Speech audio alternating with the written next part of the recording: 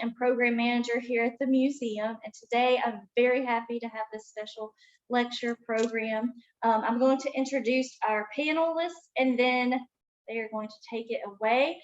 We may go over a little an hour. At the end, our goal is to hopefully at least walk up through the exhibit. I'll try to bring our virtual attendees. I'm not too sure how well it's going to work. Something always happens with virtual, right? Okay. I think y'all have already seen it anyway. Today, our first panelist is going to be Dr. Greg Robinson. You can see him on the screen. He is a native New Yorker, professor of history at the University of Quebec in Montreal, a French language institution in Canada. He's a researcher at the University Center for United States Studies. He's a specialist in North American ethnic studies and U.S. political history. Teaches courses on African American history, 20th century U.S. foreign policy, American immigration history, and visible minorities, racial groups, amongst others. So obviously you understand why he's here, but you're going to understand even further. He received his master's and doctorate in American history from New York University. He has several books.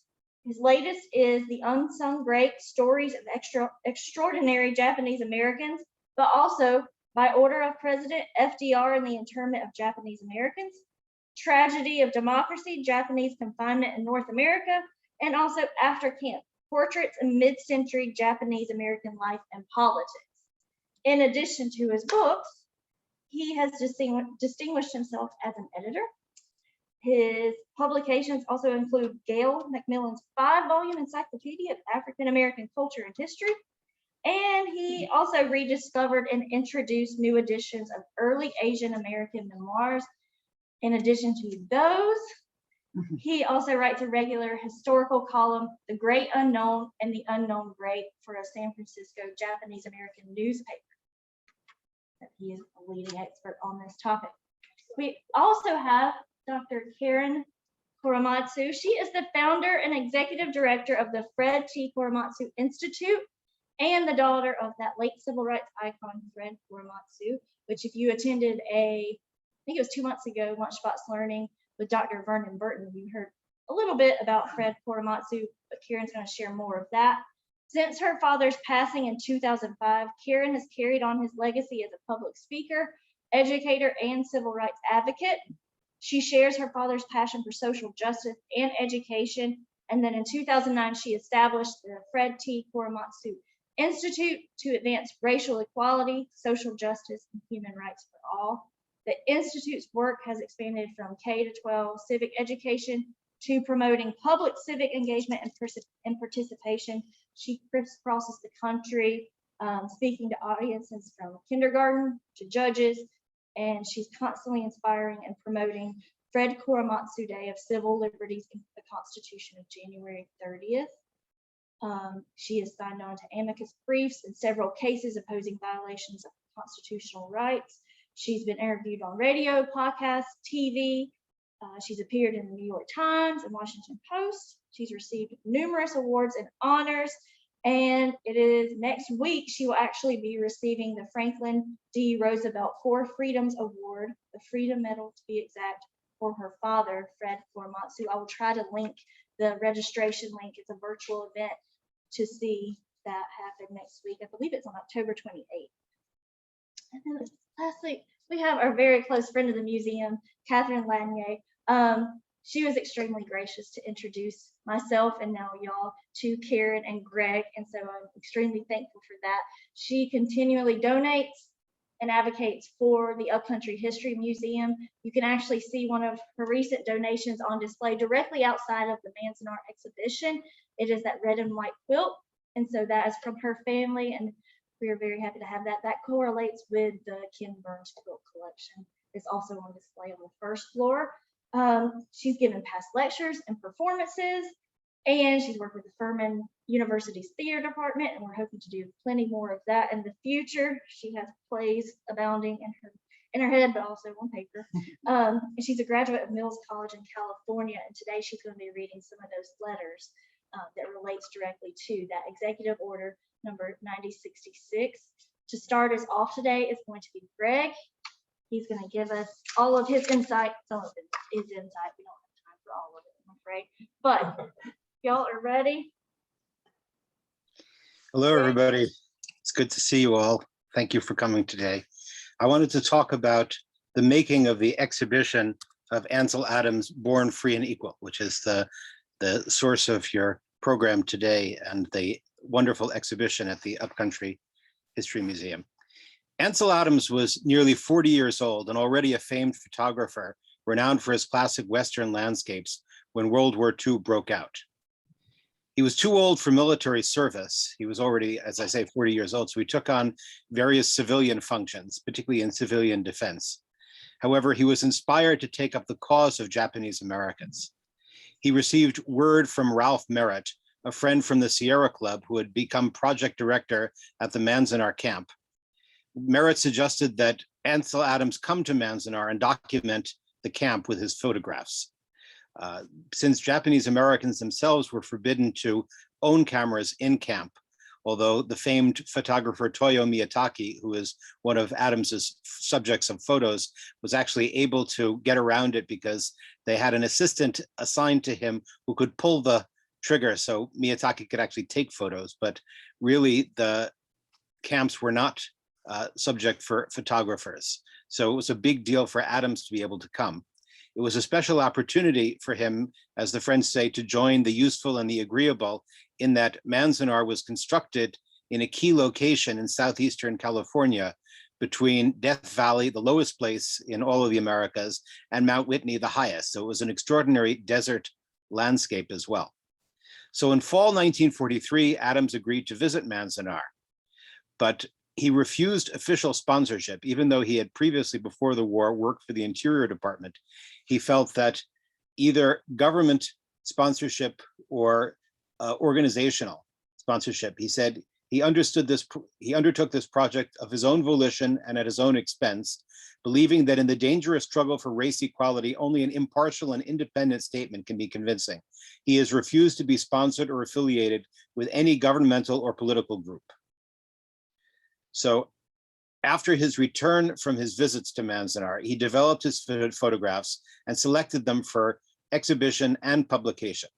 His initial plan was to release both in September 1944 with a show at the Museum of Modern Art in New York and a book, each entitled Born Free and Equal.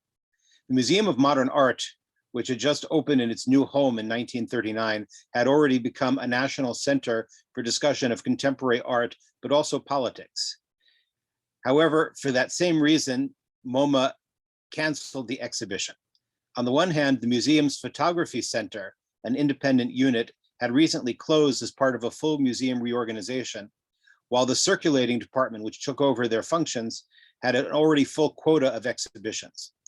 More broadly, there was political opposition to showing images of Japanese Americans in New York, mainly out of hostility to Japan, the enemy nation during World War II. Well, Adams organized his allies to put pressure on MoMA over this kind of censorship, and the museum finally relented and rescheduled the exhibition for fall 1944. However, the whole thrust of Adams' original approach was diluted. For example, the title Born Free and Equal was changed to the more non-committal title Manzanar. And the text that Adams prepared to accompany the photos was altered. The quote from Abraham Lincoln about freedom was removed, and his citing of the 14th Amendment to the US Constitution was removed. And several important parts were changed to tone down their political aspect. Well, the exhibition finally opened at MoMA in November 1944. The museum's press release underlined that the photos were all of Japanese Americans of proven loyalty and stated, "These pictures of the flat desert expanse of the Manzanar Valley between the sawtooth wall of the Sierra Nevada along the west and the foothills of the Rockies toward the east show a baseball field with a game in progress, young Japanese women learning to cut, fit, and make clothes, children of high school age playing volleyball, the even rows of the huge and well-tended community farm, the wide and dusty streets lined with barracks, bobby-socked girls on their way to school, interiors of homes made cheerful and livable by their temporary inhabitants, the office of the Manzanar Free Press, and illuminating portraits of these loyal citizens, the faces of babies, youths, soldiers, nurses, parents, and the very old." Now, even if that somewhat idealized picture of Japanese American community creating happy lives was reassuring to Americans, it created a significant amount of controversy. Meanwhile, the book project also hit snags. Adams had offered his text and photos to a magazine called U.S. Camera, a magazine devoted to art and news photography, in which Adams had long been a contributor.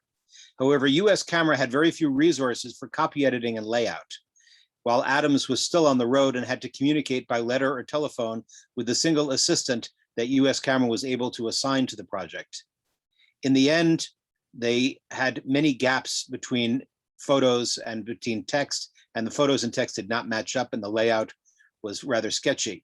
But Born Free and Equal, Photographs of the Loyal Japanese Americans at Manzanar Relocation Center, was published in late 1944. The cheaply printed red paperback sold for $2 and featured 64 of Adams' photographs from Manzanar. The publication bears the mark of its hurried compilation and exhibition. All the same, the book is a triumph. As you can see in the exhibition, the photos in the book offer a powerful and profound representation of Japanese Americans and their response to mass confinement. Adams's photographs of individuals, many of them close-up portraits, reveal the humanity of Japanese Americans, and descriptions of prisoners' jobs are interspersed with heroic landscapes, suggesting the enormous beauty of the landscape. Now, one point needs underlying. This was not a documentary. It was a human landscape. Adams was a man with a mission. His job was to tell the story, as he said, of loyal Japanese Americans, as the subtitle of his book put it. What does that mean? He didn't take photos of protesters or recalcitrant inmates or people who had been sent to the Center for Disloyals at Tule Lake, or speak about draft resistors. Why is that? Because, like his colleague Mine Okubo, who wrote in her graphic memoir, Citizen 13660, published 2 years later, Adams' interest was to humanize Japanese Americans and show them as good Americans in order to help publicize their plight and underline the need for reintegration of Japanese Americans into mainstream society after the war. In other words, in order to help them resettle and get out of camp, he wanted to show what good Americans they were. In fact, the last part of Adams's book, entitled The Problem, focuses on the future of Japanese Americans and through them, the future of democracy in America.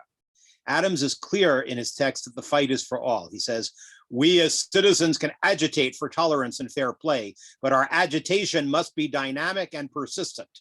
It is easy for a fair weather lover of the Constitution to favor tolerance and mouth the principles of democracy, but it is quite another thing to stand up against opposition and fight for those principles." Well, unlike his trip to Manzanar, Adams secured official support for his book.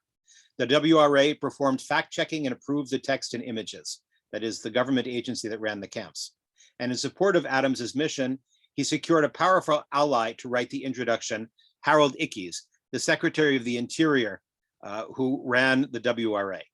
At the time of Executive Order 9066, Ickes had privately deplored the proposed evacuation, as he called it, as an unnecessary and cruel gesture, especially since it involved Indian reservations and other areas of central concern to the Interior Department.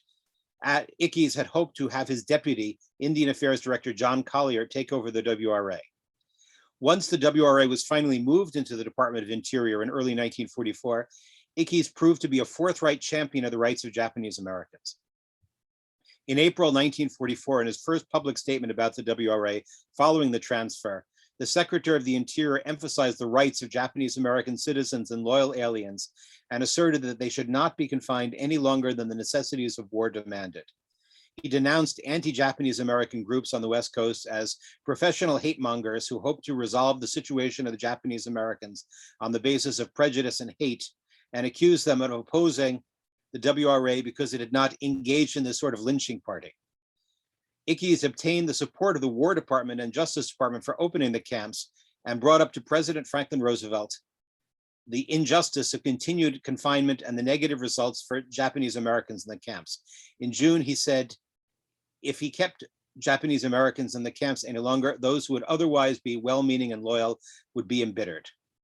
However, President Roosevelt, wary of authorizing return of Japanese Americans to the West Coast in a presidential election season and anxious to arrange for the assimilation of Japanese Americans by scattering them in small groups around the country, declined to take any steps to lift exclusion and let Japanese Americans out of camp until the November 1944 election.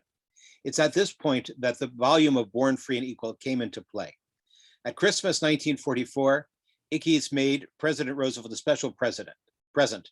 He sent him an autographed copy of Born Free and Equal and recommended his own introduction as a guide to help the president plan policy. Roosevelt was willing to open up the camps and let Japanese Americans back to the West Coast, but he seems not to have been interested in Ickes' suggestions for how to help Japanese Americans once they got out of camp.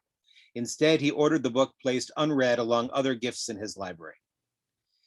Well, in the end, Born Free and Equal was one of the top 10 books sold in San Francisco during 1944, but it was poorly distributed beyond the Bay Area. As time went on, it became a rare book and a collector's item. Adams himself donated his collection of Manzanar photos to the Library of Congress in 1965, and you can find the book digitized on the Library of Congress website. Later on, new editions came. In 1988, there was a new edition of Manzanar with a text by Peter Wright and a foreword by the famous novelist John Hersey. A hardcover edition of Born Free and Equal was produced in 2011 by Spotted Dog Press with essays by former inmates Archie Miyataki and Sue Kunitoni Embry. For myself, one of my proudest moments was when my friend Sanai Kawaguchi, a children's book author and activist on behalf of Japanese Americans, gave me my own copy of the original edition of Born Free and Equal. I'm so proud to have this rare and important volume in my collection, and it's been very moving for me as a historian to research and discuss the origins of Ansel Adams' extraordinary voyage to Manzanar and the wonderful photography that he made of Japanese Americans. Thanks for listening.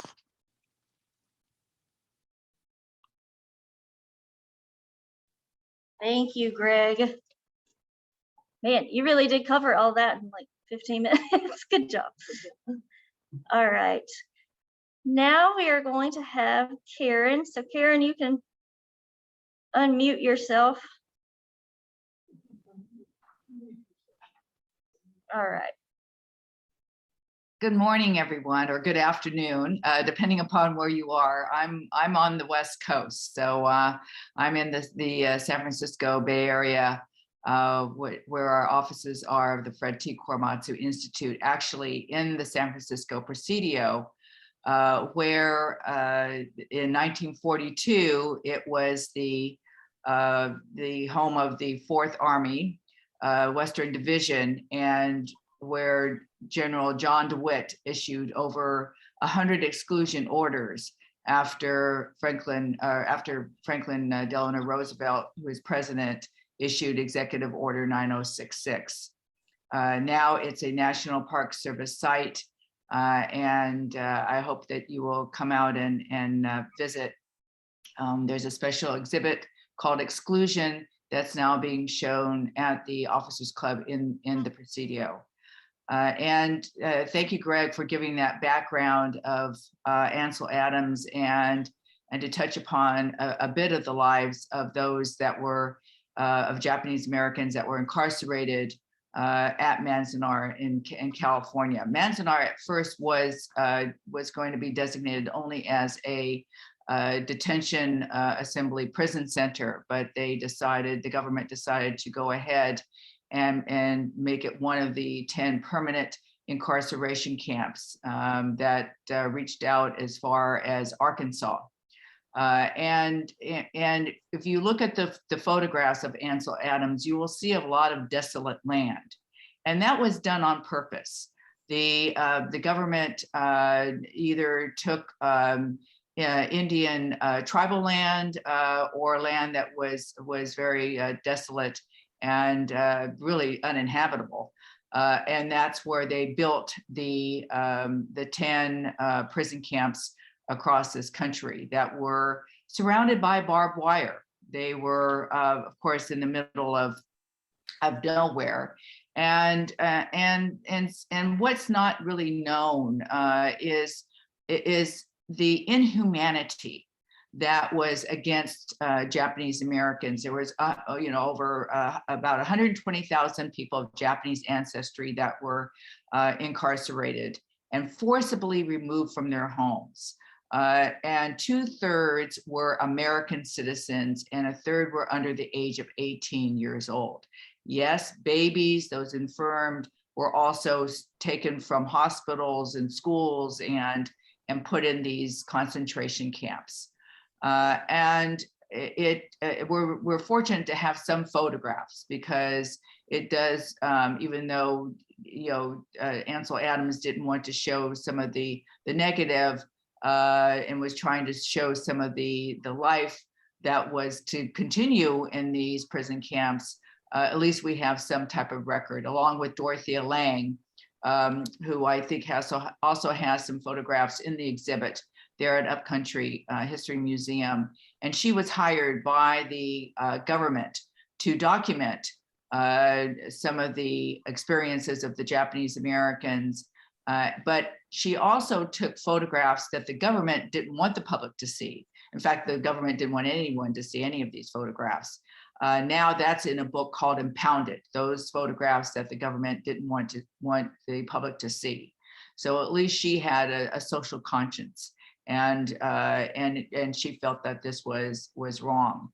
So the point of some of these stories is, like I said, to show the inhumanity that, but also the resilience.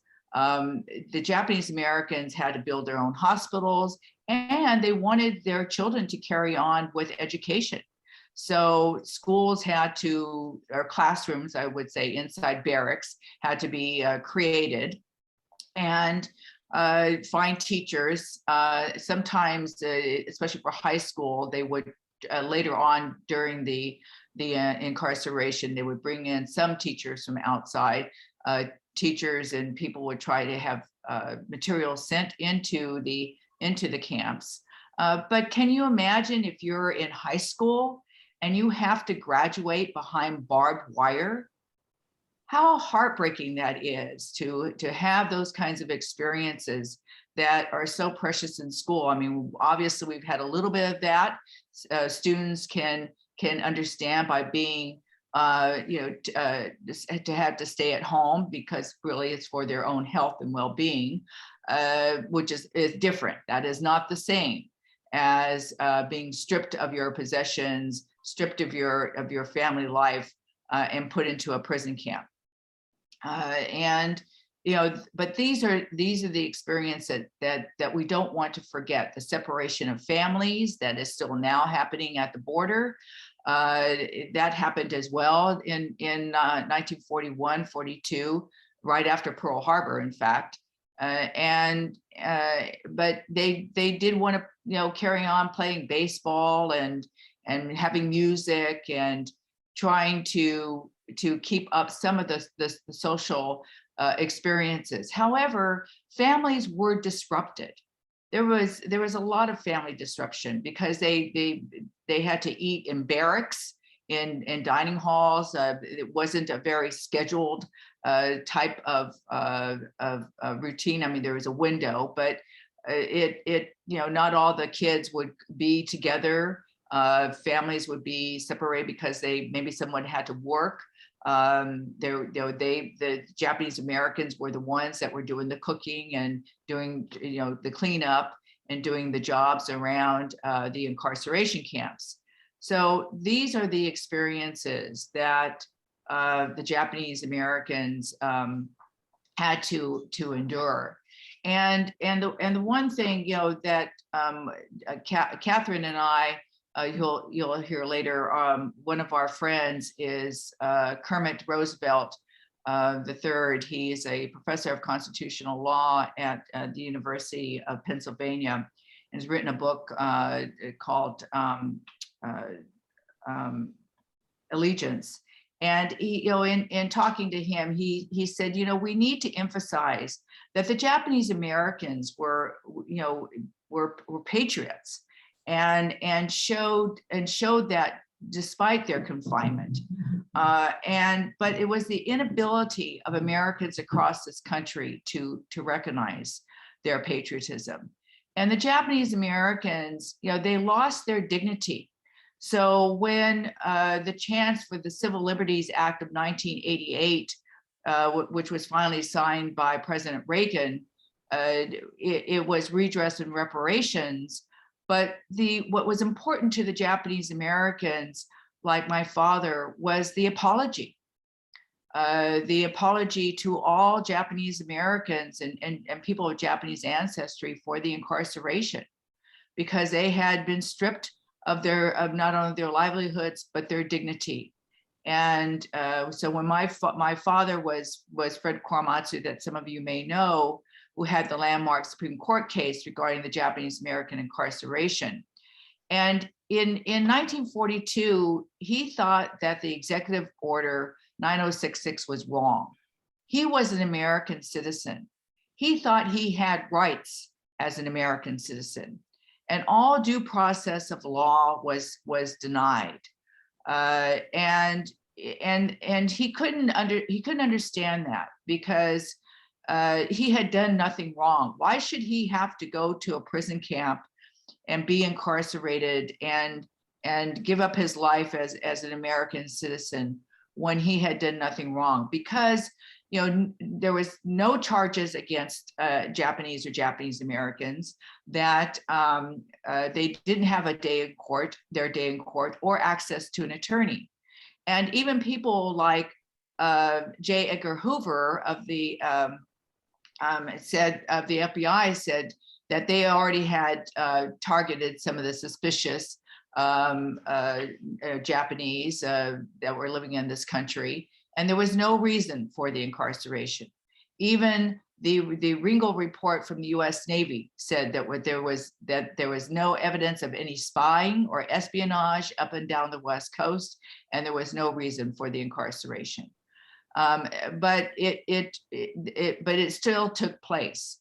And so, but this information was withheld when my father's case was heard on December 18th, 1944. It went all the way to the Supreme Court, and the court still ruled against him. It was a 6-3 decision. It was not unanimous, and the 3 dissenting opinions are the most important and still powerful today. Justice Jackson referred to my father's Supreme Court case as "this lies around like a loaded weapon, ready for anyone to pick up and use with a plausible cause." Paraphrasing here. Justice Owen Roberts said it was unconstitutional. Justice Murphy called it the ugly abyss of racism. So this is what was happening at the time. But if we don't learn from the lessons of history, then we're going to keep repeating the same mistakes. And we certainly have been doing that. And that's why my father gave me the charge to carry on with education, to tell his story, because he didn't want something like the Japanese American incarceration to happen again. And certainly after 9/11, he was 2001, he was one of the first to speak up when the government cited his Supreme Court case as a possible reason to round up Arab and Muslim Americans and again put them in American concentration camps. We have the case of Trump versus Hawaii, which was called the travel ban, but started out to be the Muslim ban, and then the immigration ban, to kind of water it down, as the government likes to do. But still, even though my father's case was cited, it was Justice Jackson said it was only overruled in the court of history. So who knows, it could be still used as precedent. And that's what the reminder of my father's case is so important, and still talked about and studied across this country in schools and also in law schools and now for the general public, because we need to bring this awareness. And so for the Koromatsu Institute, we now have Fred Koromatsu Day of Civil Liberties and Constitution on January 30th. And as a result of that, the legislative bill that was first signed by Governor Schwarzenegger in 2010 we have educational materials. So you can go to the koromatsuinstitute.org for teachers and now parents, because of the pandemic, we're demanding our materials and resources, and go there and to sign up for our educational materials. And we have filmed access, PBS learning media, also lesson plans, and to follow us along, and to I work with the National Council for Social Studies. I used to crisscross this country, hope to again. And also I've been a keynote speaker at the South Carolina State Council for the Social Studies, and also spoken to the South Carolina State Judicial Conference. And for all of you who don't know, my mother was actually born in Greenville, South Carolina. So I have some roots. I can honestly say that I am a native daughter and very, very proud of it. So spent some time in South Carolina growing up. And it's, I wish I could be with all of you again, because it's, the museum has done a great job of having this exhibit. Really do study it, and we will hope to see you all again. Join us. Go to our website koromatsuinstitute.org and join us on January 30th. We're going to have a program because this year, because of the pandemic and the urgency for vaccinations, our theme is to stand up for what is right, which is what my father said, and get vaccinated. It's important that we can move forward and try to get back to some type of normal. I think it's important for students to be safe. Teachers, we want them to be safe as well. And this is all part of what we need to do as American citizens. This is the social justice that we all want to achieve. Also join the program on October 27th. It's through the Roosevelt Institute, the Four Freedoms Award. And I'm very honored that I'll be accepting the award on behalf of my father. It's posthumous, but the point being, I was of course very gave me pause when they reached out to me to see if I would be willing to do this. And it's the first time in 39 years that the Roosevelt Institute their central theme is racial justice. And their commitment is to historical repair and redress. And I thought this is what it's going to take, that we all want to have racial equity. That's what we work for, and to be able to work together to make this country stronger for ourselves, for our families, and future generations. And it's quite an honor to receive this award on behalf of my father, who is one of the civil rights heroes of our country. And unfortunately, not as many people know of him like Martin Luther King Jr. But that's why the education is so important, and why we're having Fred Koromatsu Day of Civil Liberties and the Constitution recognized in other states. Actually, in Arizona just passed their legislative bill, and so the day is going to be recognized and honored and for education in perpetuity. Actually, former Senator Larry Martin, who is actually Catherine's cousin, also had the day recognized when he was in office. So we hope to make it also permanent for the state of South Carolina. The way that Florida did it was their students wrote letters to their state legislators to ask them to establish the day. So if you're a teacher, it's a great lesson for civics and English language arts. So I encourage teachers to have their students write letters to their state legislators and have this day recognized. I'll be there in person when that happens. So thank you all for being with us today, and remember my father's words to stand up for what is right. Don't be afraid to speak up. And from me, please get vaccinated. Thank you. Thank you so much, Karen. All right. Thank you, Karen. Now we are going to go here live with, I gotta turn my camera on, Catherine Ladnier. All right. Okay, You can turn your all right. mic. Am I okay now? Okay. I am not an academic like my dear friend Greg Robinson, nor am I Japanese American like my dear friend Karen Korematsu, except Karen a few years ago made me an honorary Japanese American. So my sister, I thank you. My part of the program is my personal journey with Japanese Americans. And that road is paved with the letters that Mills College girls wrote to President Aurelia Henry Reinhardt from their various incarceration camps. Aurelia was a 1905 PhD from Yale, one of the first women to graduate from that institution.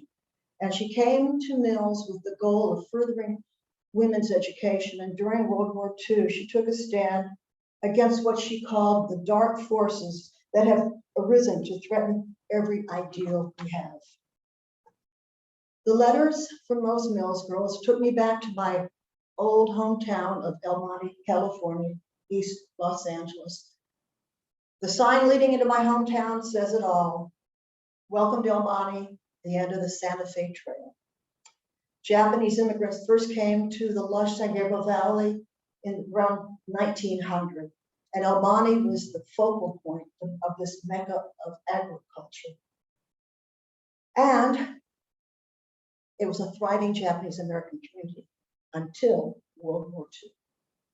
Growing up, I knew nothing of this. It was not taught at the schools. I came upon it through a manner that I will discuss later.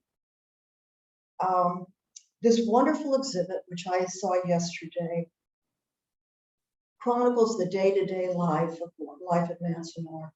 And I would like to share the letters these brave young women wrote from their camps. This is a firsthand look of life behind barbed wire. A mere 8 days before President Roosevelt signed Executive Order 90066, the father of a young Mills student wrote to Aurelia, February the 11th, 1942. My dear Dr. Reinhardt, I don't know how to express our heartfelt thanks for your kindness in calling on our humble home. It is hard for us to express what is on our hearts.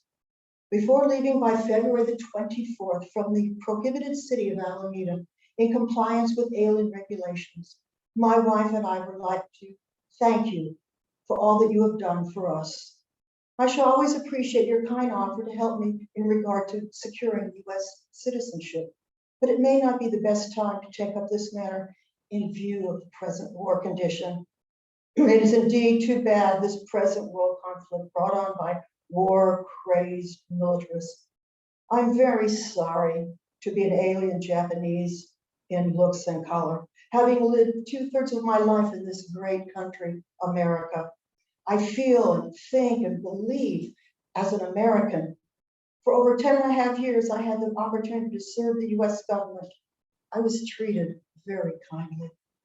Thank you for your kindness to our dear daughter, Amy, who is receiving from your school a great education, which is nearing completion under your guidance. Very truly yours. Mr. Nomura was not eligible for U.S. citizenship. James Michener, author of Tales of the South Pacific, wrote that the hysteria of the moment led the U.S. government down a dishonorable path. The fact that Japanese Americans who had lived in this country for decades were not citizens was proof of their disloyalty. Let's add a little insult to injury. The yellow peril bore fruit. As Michener wrote, the long years of propaganda were bearing fruit, and we struck out blindly, stupidly, and to our eternal discredit. Mr. Nomura's daughter was an American-born US citizen. My dear Dr. Reinhardt, just a moment ago, I received your letter and the kind invitation to go up into the hills. Thank you very much. The whole idea is quite tempting. To be again in such beautiful surroundings, good company, and stimulating association. But it's to my deep regret that your delightful offer cannot be accepted. I hope that you are getting some rest and relaxation at Lake Tahoe and its glorious beauty, which brings peace of mind from the troubles of this chaotic, war-torn world. At present, my hopes are quite high in regards to returning to Mills next year, but so it is not goodbye, just au revoir. For we shall indeed meet again. Au revoir, Amy. Before Amy went to her camp, her new home in Arizona, she and her family spent time in hastily built assembly centers, racetracks, fairgrounds. The Japanese Americans of my hometown of El Monte were sent first to Santa Anita Racetrack before they would board a train to take them to Heart Mountain, their new home in Wyoming. Donna Crippen of the El Monte Historical Society told me that she and her family were not allowed to visit their friends at Santa Anita Racetrack. Mills girls were living in horse stalls at another racetrack, Tad Forum, San Bruno, California. My dear Dr. Reinhardt, 1 week at camp has been crowded with activity and interest. I'm impressed with the great improvements which have come about since the community was first organized. I am particularly impressed with the enthusiastic interest in education. The library grows in books, and it looks like a race between building shelves and assessing books. What Mills College has done in guidance and gifts is clearly recognized by all of us. Affectionately yours, Ida Simonucci. Let's peek inside the Santa Anita Racetrack. Dear Dr. Reinhardt, we at camp find that time passes quickly. The unfailing cycle of lunch and dinner keeps us moving. Rules and regulations of one sort or another keep us occupied. Showers are taken between the hours of 8 a.m. and 8 p.m. Shampoos are between 2 p.m. and 8 p.m. We miss our private lives very much. There is no escape from the public, and every phase of life one leads a goldfish existence. Consoling is the fact that there are 18,399 in a similar predicament. We at Santa Anita are glad that we have access to the grandstand and its protective proportions. Without it, we could hardly endure the terrific heat. The barracks and the horse stalls are terribly hot and stuffy when the temperature's near the 100-degree mark. This morning, I attended the religious services conducted for the English-speaking Protestants in the grandstand. Several hundred persons were in attendance.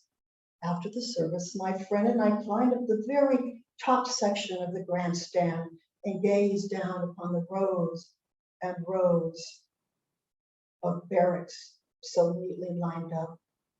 They reminded me of the rows of lettuce we passed in Salinas area on our journey down. As you know, we have a population of 18,400.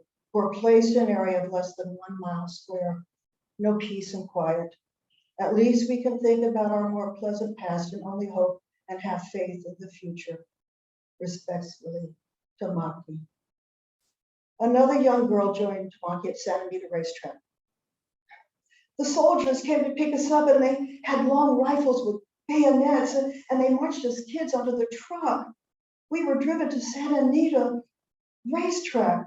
A lot of families were putting those stinking horse stalls. Papa had nightmares. They can't do this to us. America is the promised land. Ruth Okimoto was just 6 years old when the soldiers escorted her to the Santa Anita Racetrack. Ruth and her family would spend 3 years in the hot desert of Poston, Arizona. The Mills girls and their families would leave the assembly centers. By June 1942, these young women were incarcerated in camps far from their home and college. But first, these young women and their families had to take a trip to their new homes behind barbed wire. These Americans would board trains. Let's see what the trip was like. Kyoto kept a diary and her dear daughter, Margaret Mukai, shared with me. I will add that Margaret's two uncles served in the US Army, the 442nd Regimental Combat Team, during World War II, while their sister was incarcerated. The last whole day in California has brought only if little any deep regret. Images of home are just as vivid as our sordid surroundings, and since the idea of leaving is exciting, there's little room for feeling sorry. We are too near the situation. The next day, she was on the train. Riding in the train about 8 p.m. Blinds are pulled down as we leave California with the sun setting behind us. I feel I must write a few notes on how it felt to thus leave California and then begin a new life.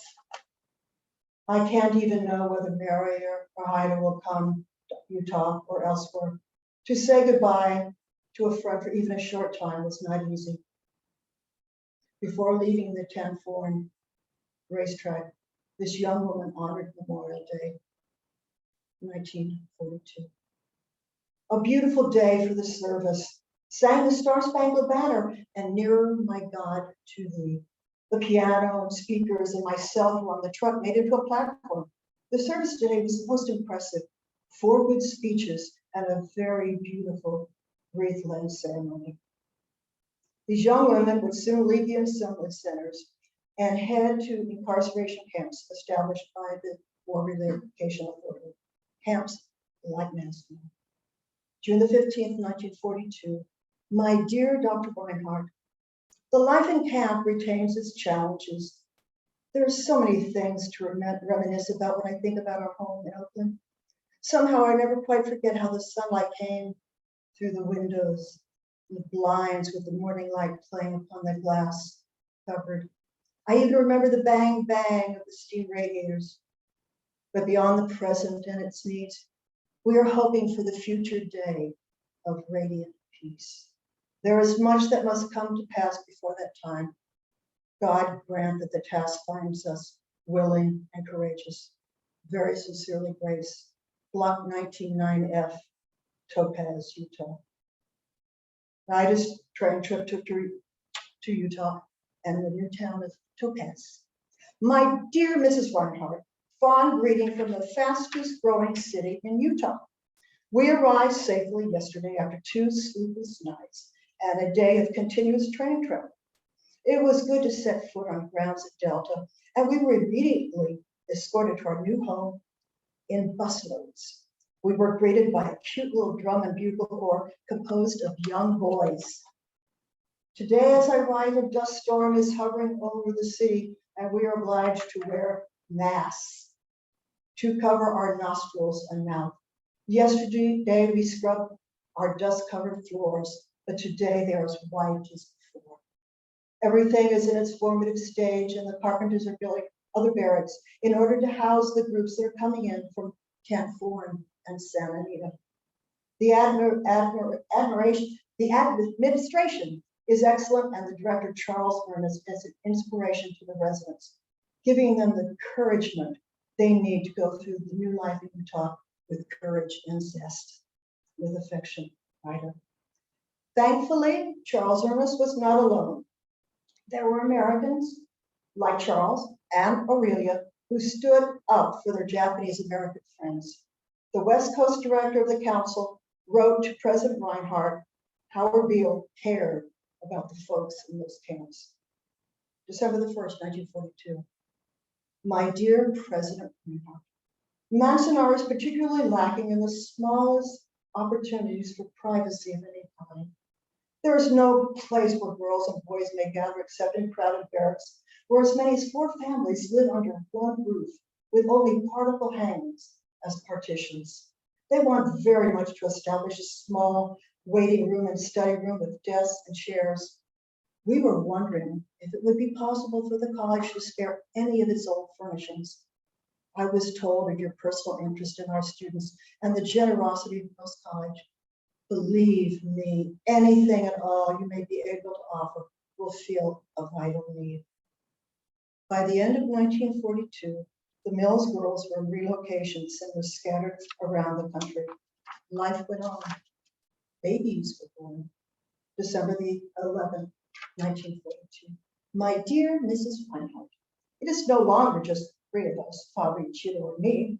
The new edition arrived November the 21st at 7:45 p.m. in the form of a healthy, happy boy of 8 pounds, 1 ounce. His name is Wilbur Kenichi. Ichiro wanted him named for his college friend who was in the Army and at any moment to go overseas, Lieutenant Wilmer L. Cola Jr. Yes, you may know that another Mills girl, Maki Iriyoshu, is here at Poston. I have not had the opportunity to call on her as she lives 6 miles away in Camp Number 1. Father Yoshiro and we may all join in saying Merry Christmas and Happy New Year. Most sincerely yours, Amy. Mills girls would not let the barbed wire interfere with their cherished holidays. Christmas. December the 27th, 1942. Dear Dr. Reinhardt, Christmas at Poston has been unusual and wonderful. In spite of everything, it was a Christmas we loved and were so grateful.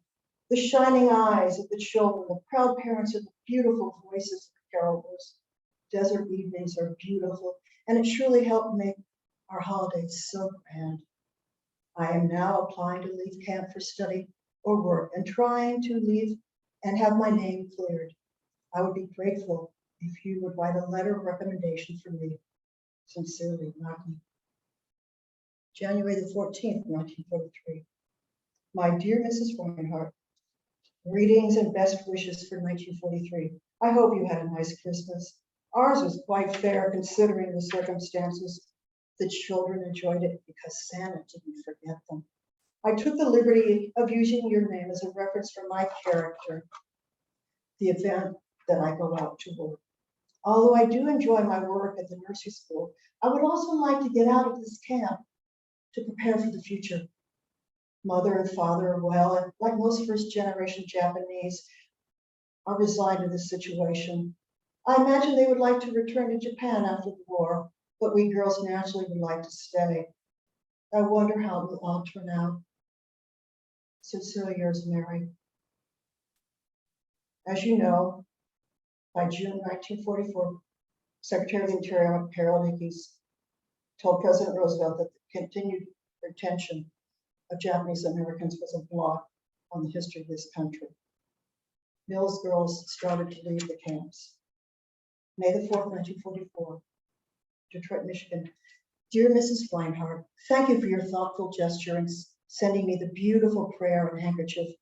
Betty Spade is also in Detroit, and when we get together, we talk about our mutual college experience. For the past 2 weeks, I've been enjoying a quiet vacation back in the relocation project with my parents. It is almost a year since I left. The camp has changed very little. It is sad to see this island of people isolated from so much that is going on elsewhere. I am strongly convinced that this is no place for people to stay, especially young people whose lives are just beginning. I enjoy my work in Detroit. One feels a part of the goings on in the nation and sometimes of the world, caring for the children of working mothers, women at work in a world at war. It is satisfying work.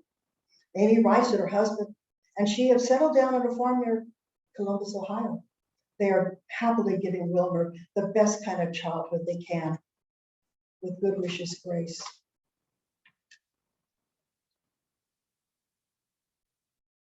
Prior to World War II, Japanese Americans served in the military, and the call of duty was ever on the mind of the Mills girls. Dear Dr. Reinhardt, at this particular time, it is difficulty that individuals wish others happy holidays without signing trite. However, this year they are said with the thoughts of men at the front and those on the home front. We want to be part of America and want her to come out victorious from this conflict. But there are doubts about the Nisei, the Japanese American. There is always the eternal question of acceptance and security in the future. Boys of draft age are being called. Soldiers from camps in Arkansas and nearby states are with us. It's a funny thing. prior to evacuation, the draft was seen to be a distinct break from the ordinary. Now it doesn't matter. The only thing I object to is to be in the same position as the Negro soldier, to fight for something that may or may not materialize, true democracy. Of course, there's only one way to find out, and that is to go the whole way. Then again, maybe we have no right to think of the future at such a time when the present is so important. Respectfully, Tamaki. The men of the 442nd would more than prove their loyalty to their country. And after October 1944, no one could question their loyalty and the courage of Japanese Americans. In the bitter, cold mountains of eastern France, they fought. They sustained incredible losses. More than half of the unit was killed. The 442nd is the most decorated unit in American history for its size and length of service. Memorial Day 2012, my husband and I attended the memorial services at Epinal and Nottingham, France. The services were so moving. General Eric Shinseki spoke. How ironic. General Shinseki was the first Japanese American general, and his uncles fought in the 442nd.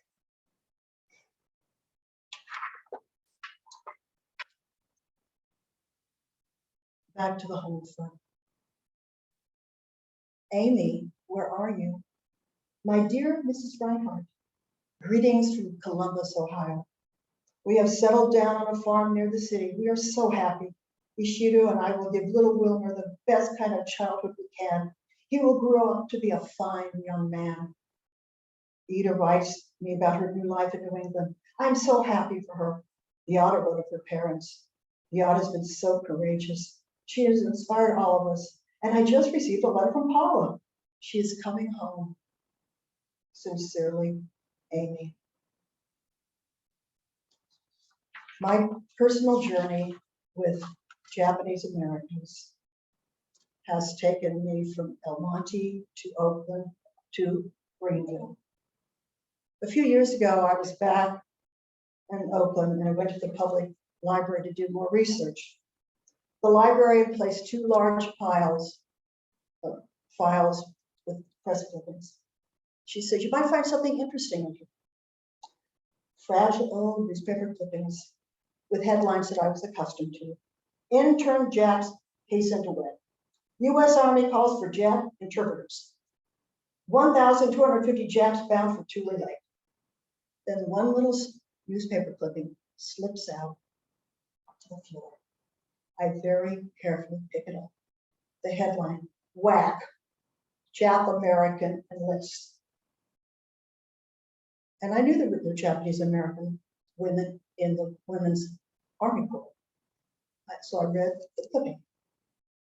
July the 7th, 1943, Denver. The Regional Office of the War Relocation Authority announced today that Mary Apalawa, a Japanese American resident of the relocation camp at Hartmouth, Hawaii, has been selected for service with the WACs. Officials said that the 21-year-old girl is believed to be the first Japanese American to be accepted by the Women's Army Corps. She enlisted Monday and will report for training, Miami, August the 1st. Then I paused and I took a breath. Ms. Apalawa is a graduate of El Monte High School, El Monte, California. El Monte High School, my high school. So as I sat in the Oakland Public Library, my journey with my mill sisters took me back to where it started. El Monte, California, the end of the Santa Fe Trail. Thank you.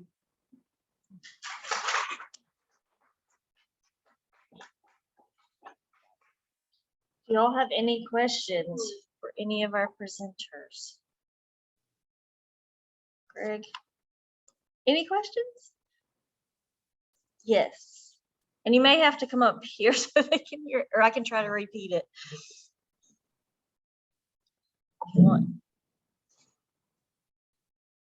We have one question coming, guys. You can speak into there. Yeah, if you want. I don't have a question. I have personal and intimate knowledge of the incarceration and imprisonment of the Japanese on the West Coast. Oh, wow.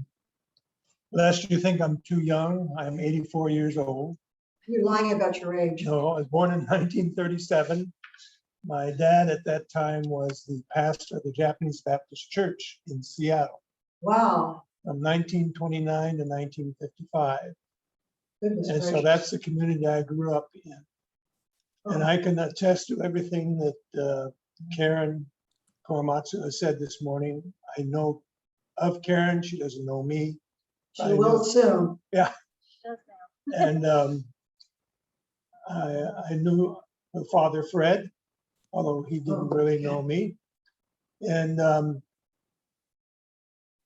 the February 19th, 1942 is Remembrance Day. Mhm. It's the day that President Roosevelt signed the Yes. Executive Order 9066. And I remember as a child seeing posters plastered in all the public places up and down the West Coast ordering the people to be removed. And the interesting Question I wanted to ask Karen. the interesting thing about these posters was that the wording is such that it shows how we can use words and semantics to justify our cause. And it said, to all persons of Japanese ancestry, both alien and non-alien. Well, then alien is first generation, the Issei, but it doesn't say and American Right citizens. now. It says aliens, and that's who the aliens are. Mhm. Yeah. So anyway, that's my, Well, you remember what Jim said? Mr. Andrews Gap is a is being very Japanese. modest because his father, Yeah. Reverend Emory Andrews, actually went with his flock to Minidoka, left Seattle on his own, and helped his parishioners when they were confined in camp, and he was a real hero. And I recommend Janice Tanaka's wonderful documentary on Emory Andrews, An Act of Faith. yeah, you're right. We moved to Twin Falls, Idaho, southern Mhm. desert of Idaho at that time. Continued supporting the Japanese at the Minidoka camp. So Mhm. anyway, I'm not here to lecture. Nobody invited me. No, But that's Oh, wow. We should invite you. Yes, yes, yeah. Look, Please Yeah. give Charlene your email so that I can be in touch with you. Okay, I will do that. Great. Thank you. Thanks Thank for you. your time. Okay. A And then- couple of years ago, Greg Robinson and I did a day of remembrance at a library in Greenwich, Connecticut, where I live. And we showed the movie Hell to Eternity, which I'll let my friend Greg speak about. And afterwards, a Q&A, this woman stood up, a Caucasian woman, she was close to tears. And she said, these people weren't Japs. They weren't Japanese Americans. These were my friends. Yeah. Remember that, Greg? I thought she was going to cry. Okay. Thank you. Charlene, did you have a question? Or sorry, I meant Kristen. Let me see. Let me check the chat. I know something popped up. Oh, if anyone has a question, I know I muted somebody, but you can unmute yourself if you're online. Yeah, I can figure out how to Hear work you. this. We can hear you, Charlie. Okay, well, I did want to ask a question, because in one of the books I've read over the years, it was basically saying that I wanted to confirm this point that the government illegally used access to the 1940 census to gather, specific information when they did do, the roundups and the pre-studies before whatever. I think there was some pre-preparation, in advance of even, I suppose, December 7th. But I just wondered if there was any more information about that, because of course we're just finishing our 2020 census, and it makes you wonder. Greg, can you, I can. It's certainly true that the government used the 1940 census information. I used it illegally, and I was trying desperately to run and find the article on it. And the government has apologized. Census Bureau has apologized since. Yes, they did not use the individual information, but they used like how many Japanese Americans were in a particular district. So to hunt up the Japanese Americans. Demographics. Right. So, and as the questioner says, it was illegal, and it was against all the principles of the census. Right. Yeah, and that was actually, I'm glad you brought that up, Charlene, because that was really a big issue for the 2020 census. Especially for you don't have to be, immigrants can, we wanted them to also to answer the questionnaire, because it's about really services that we can provide for our communities. And so I was, part of this campaign to make sure that, we talk about misinformation, because people were afraid that if they answered the questionnaire that they would be rounded up and deported. Because of what happened, during the Japanese American incarceration, and this is the world that we live in, and that's why the accurate information is so important, and people need to realize that 70% of the misinformation that is on social media is retweeted and sent out. So we all need to to question what we hear and what we see, and be sure that people have the facts, and to listen to those people who are the resources and the source actually for the correct information. So thank you for that question. I put on the chat some sources or some references. Oh, good.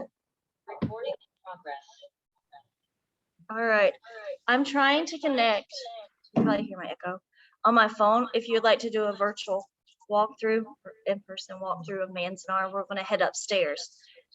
So let me make myself a host. Can I interject with just a little bit of humor? Did you all have some humor? I mentioned Paula. There's a letter that Amy refers to Paula. Paula, like Aurelia, supported her Japanese American sisters. She left Mills and joined the Canadian Army and served in Europe. And she wrote a letter home. And this is something that I think you'll find amusing. She wrote, "Oh, have you heard this one? An airman approaches a young woman officer saying, 'Whatever happened to those old-fashioned girls who fainted when a boy kissed them?' To which the officer replies, 'Whatever became of the old-fashioned boys who made them faint?'" We all need a little bit of a laugh, don't we? Anybody? Yes? Share a quick story. Please, absolutely. Do you want to come up here so everybody can hear you? Don't worry, you're sitting next to Ben Franklin. Here's the actor Ron Carroll, who starred in Broadway 1976 and was Ben Franklin. No, I wasn't Ben Franklin. Well, you're still Ben Franklin. Yeah. Here you go. Okay, I'm Sandy Williamson, and I'm from Huntington Beach, California. Oh, okay. I live here now, but when you said El Monte, I thought, well, I know where that is. Mhm. So I went to Huntington Beach, which is Orange County, Southern California. And we had a few Japanese students in our school, not many, but a few. And I became friends with them. In fact, I dated one of the Japanese boys. And I became very, excuse me, I get really nervous. I became very close to his family, and they kind of took me in like a daughter. And we talked a lot about, well, the mother, his mother, and I talked a lot about the camp that they were sent to in Arizona. Poston Yes. And probably knew some of the mill other stores. friends were also sent there. And so we talked about that too. But the son really never felt comfortable talking to his parents about the camp. And so he didn't know much. And so we are still friends today. And he lives outside of Seattle. And we started talking because we visit each other. When I was still in Southern California and he was in Seattle. And we visited and got together and I visited his mother all the time when I went up there to that area. And they lived in Vancouver for a time and then they went to Seattle. And she just told me all these stories about what happened to her family. And her son didn't know any of it. And he said he never even asked his parents. And I don't know what the situation was, but maybe they just didn't want to bring that out. They wanted to keep that secret. That's in the past. And so anyway, it just, I was going to have another thing about the camp, and I can't remember what that was. But anyway, it just, oh, I know, when they were released, so to speak, I hate that word, but they were released, and they went back to their farm in Orange County.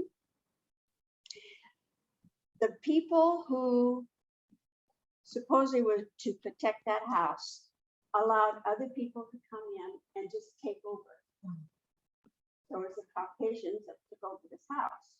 Well, when my friends moved back to their house, they couldn't because other people lived there. And so they said, well, you can go live in the place where their workers lived, just a little place.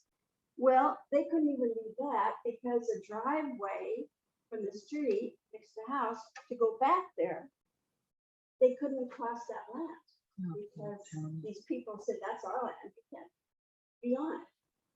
And so it was really a big court thing. And so they had to fight the city council to even live in this little tiny house where the farm workers used to live. And so I came here today hoping to find out more about what happened to the people in not just California, but what happened to them. And nobody talks about that. And so I was sitting there and I was this gentleman talking, and I thought, you know, I need to share that little thing. But just kind of upsetting to find out what happens to these people. And nobody talks about it. Yeah, no, I mean, I always like to quote Rudyard Kipling. If history were told in the form of stories, it would never be forgotten. Yeah. And your story is history. It's real people. Well, you know, it's like my friend, he would never have known about some of these stories unless I had said something to him, which is really sad. Yeah. But that's good, because it's good that you share your, what you've learned, and people need to realize that was not uncommon. I mean, especially for the Japanese Americans, not to talk about this experience of being incarcerated, because it was horrific, and it was shameful, to them. I mean, even when I was growing up in the San Francisco Bay Area in elementary and middle school, I mean, at the time of the bombing of Pearl Harbor, I was blamed for the bombing of Pearl Harbor. Go back to where you came from. You don't belong here. It's your fault.